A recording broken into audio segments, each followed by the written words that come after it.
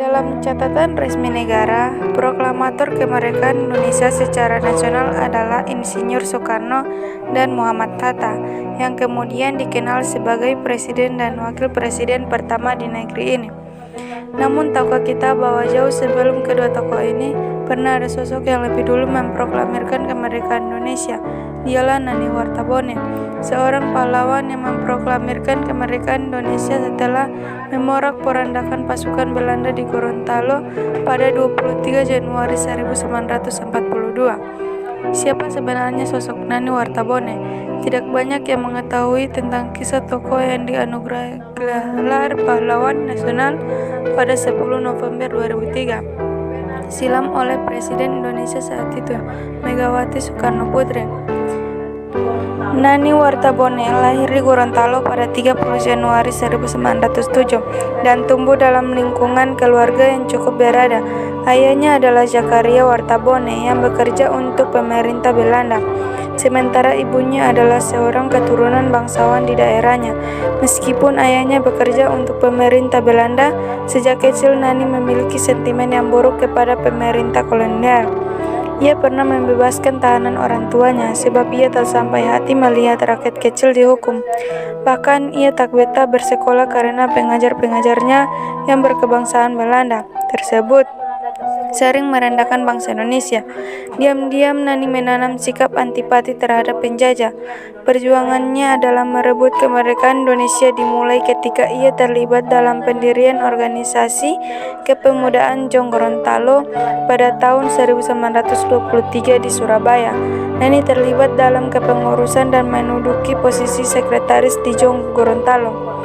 Di Gorontalo, ia bersama rakyat berjuang melawan tentara Belanda, bergerak sekuat tenaga untuk mengusir kaum penjajah. Puncaknya adalah ketika mereka berhasil menangkap kepala jawatan tentara Belanda di Gorontalo pada saat itu.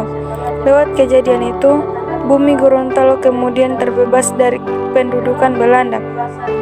Selesai dari penangkapan kepala jawatan tentara Belanda tersebut, Nani Wartabone memimpin upacara pengibaran bendera merah putih yang diiringi oleh nyanyian Indonesia Raya.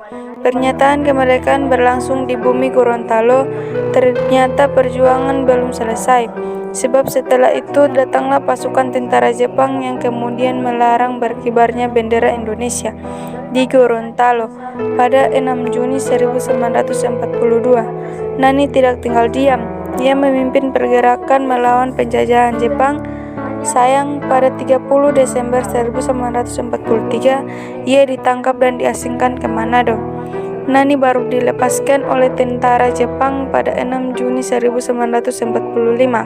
Setelah Jepang mencium tanda-tanda kekalahan mereka dari sekutu, setelah pembebasannya, pihak Jepang masih mengagumi dan mengakuinya sebagai pemimpin masyarakat Gorontalo. Hal itu ditunjukkan dengan penyerahan pemerintahan Gorontalo dari pemerintah Jepang kepada Nani Wartabone pada 16 Agustus 1945. Satu hari sebelum proklamasi kemerdekaan secara nasional.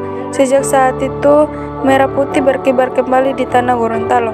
Berkat jasanya besarnya, sosok Nani Wartabone memiliki tempat tersendiri di hati masyarakat Gorontalo dan Sulawesi. Tidak hanya dibangun tugu di kota Gorontalo untuk mengenangnya, namun sebuah taman nasional pun ikut menggunakan namanya sebagai bentuk penghormatan akan beliau, yaitu Taman Nasional Bogani Nani Wartabone yang berada di Sulawesi Utara. Peran dan jasanya dalam perjuangan kemerdekaan Indonesia tidak hanya menjadi kebanggaan Gorontalo dan Sulawesi Utara, namun menjadi kesan tersendiri bagi bangsa Indonesia pada umumnya. Keberanian menentang dan menumpas kaum penjajah di tanah Gorontalo dan akhirnya memproklamirkan kemerdekaan Indonesia di tanah tersebut menjadi catatan sejarah tersendiri yang patut kita hargai.